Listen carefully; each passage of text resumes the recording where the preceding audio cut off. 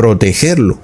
¿Cómo puede ser que se lo vas a devolver al mismo que tenía al niño en su poder? De otra manera, ¿cómo pudiera existir circular amarilla de Interpol si quien tiene el niño lo tiene legalmente? Nada tiene lógica, ¿verdad, hermanos? Sin embargo, decenas de medios de comunicación, periódicos y hasta ciertos youtubers de repente se convirtieron en investigadores de sectas religiosas peligrosísimas.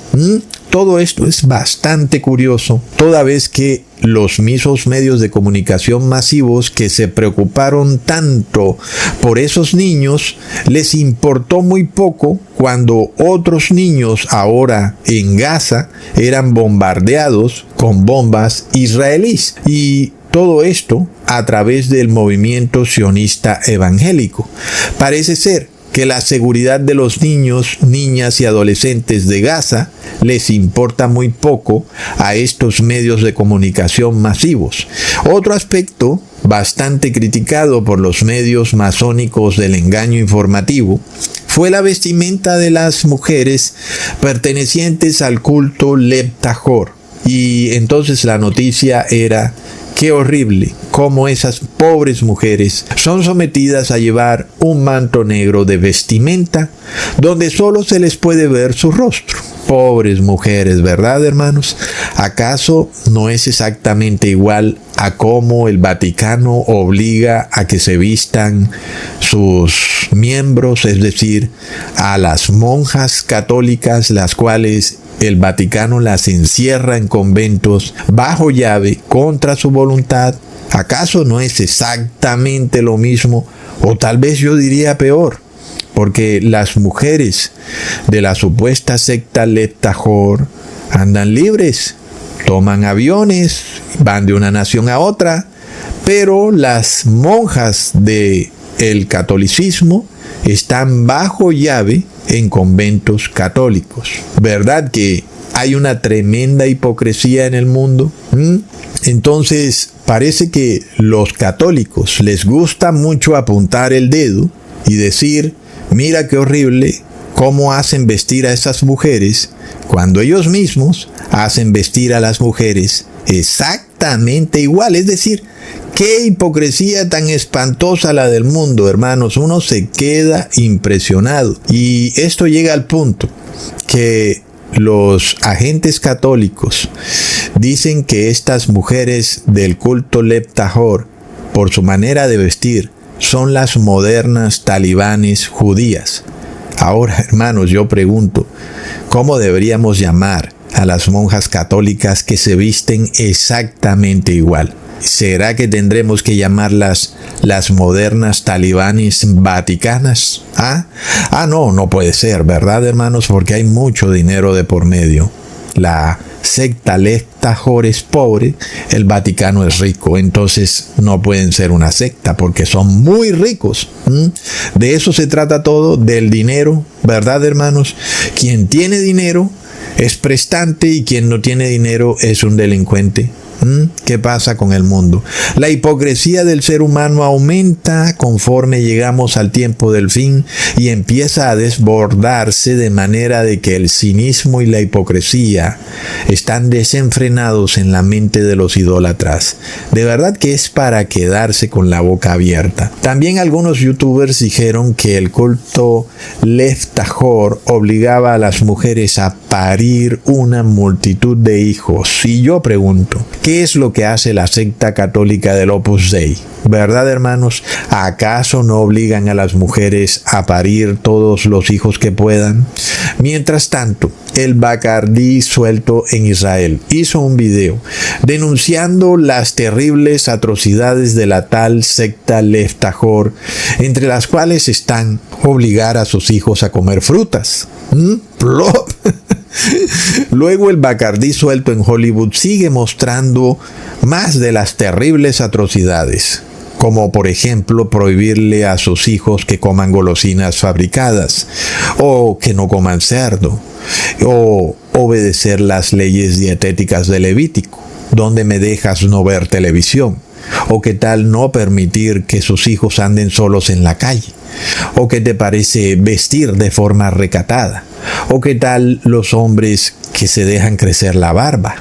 ¿O que no consumen carne animal porque los animales están siendo manipulados genéticamente? Qué terribles atrocidades las de la secta Leftajor. Son demasiado hogareños. También evitan el uso de celulares, radios o computadoras. ¿Y dónde me dejas que en las paredes de sus casas no cuelgan fotos ni retratos de sus líderes religiosos, ni amuletos, ni fotografías de sus rabinos? Y sobre todo, la peor de todas, esta sí que la sacó del estadio, no están de acuerdo con que Israel bombardee a Gaza. Uf, qué terrible atrocidad, ¿verdad, hermanos?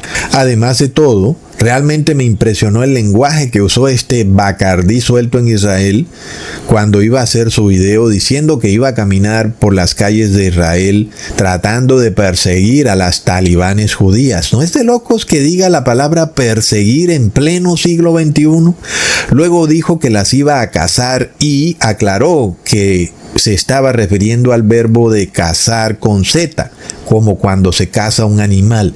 ¿No es impresionante, hermanos? Es decir, estos fanáticos religiosos que se muestran como si no fueran fanáticos religiosos, pero usan estas palabras de perseguir a otras personas nada más porque no les gusta cómo se visten, no les gusta que obedezcan ciertos mandamientos de Dios. Y todavía seguimos viendo esto, hermanos, es impresionante. Y nosotros ya hemos expuesto a este Bacardí suelto en Israel como un agente del Vaticano.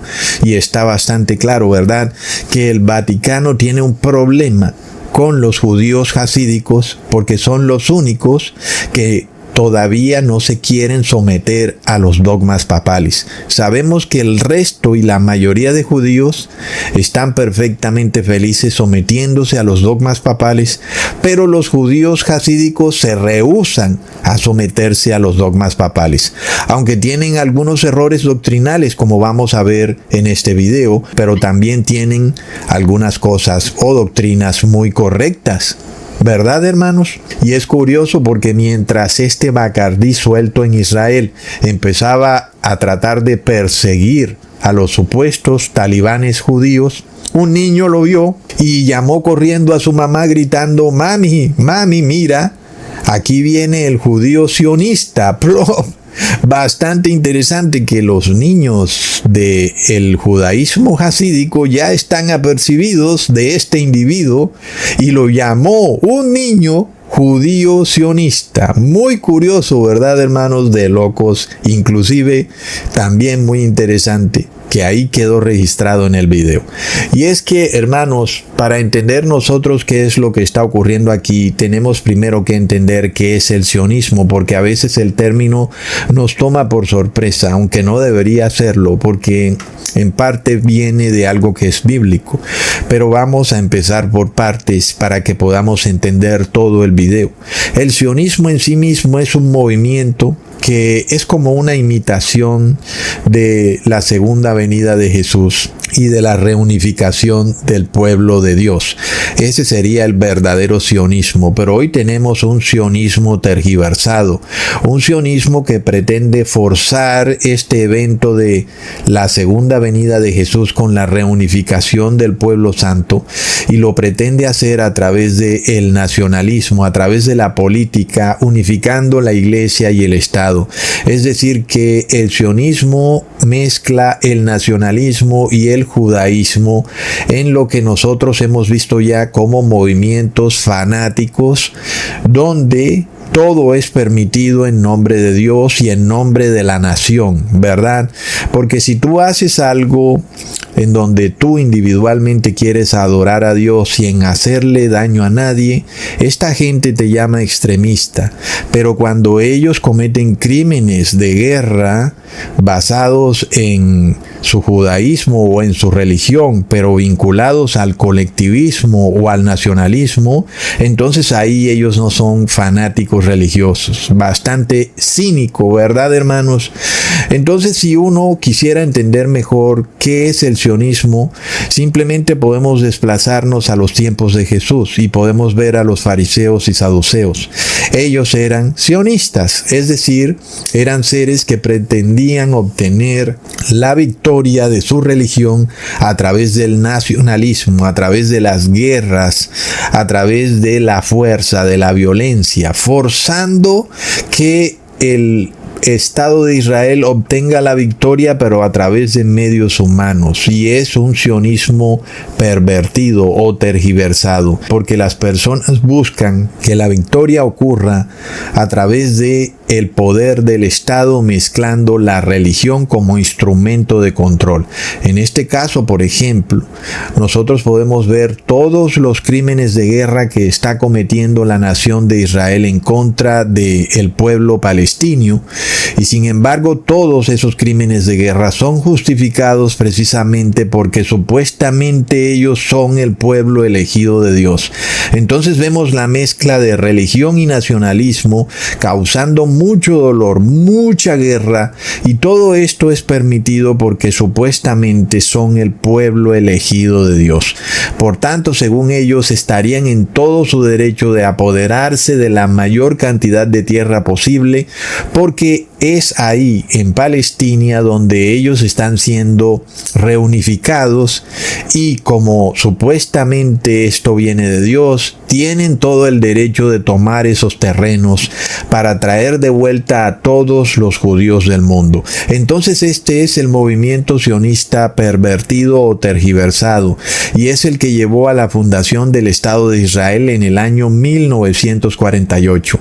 Todo empezó, recordemos, cuando el 2 de noviembre de 1917 se emitió una carta por parte del Ministerio de Asuntos Exteriores de Inglaterra dirigida al judío papal Lord Rothschild, donde se le daba autorización al pueblo judío que estaba en ese momento radicado en Europa para irse a Palestina y conformar allí un Estado judío, en lo que nosotros ahora conocemos como la Declaración de Balfour. Ok, hermanos, recordemos que muchas personas vieron esto como algo profético, inclusive los evangélicos lo vieron como un designio divino, y aunque ciertamente es un evento que puede verse como profético, y muchas personas se confunden en este punto, porque uno puede decir claramente que sí, claro que es profético, que se haya de alguna manera establecido un Estado de Israel y que muchos judíos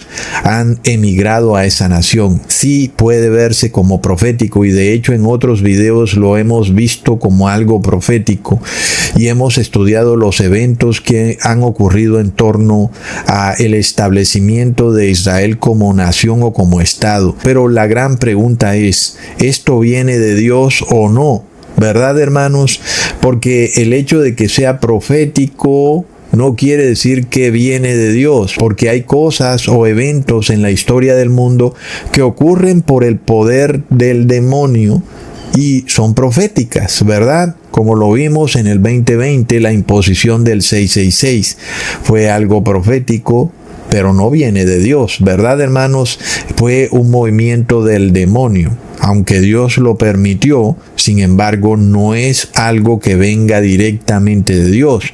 Uno puede verlo como profético, pero no quiere decir que venga directamente por designio divino. Así que en este video vamos a estudiar precisamente eso. ¿Cuál es la diferencia entre nosotros ver la reunificación de los judíos a través del Estado de Israel como designio divino o como un movimiento del demonio? Vamos a mirar esos dos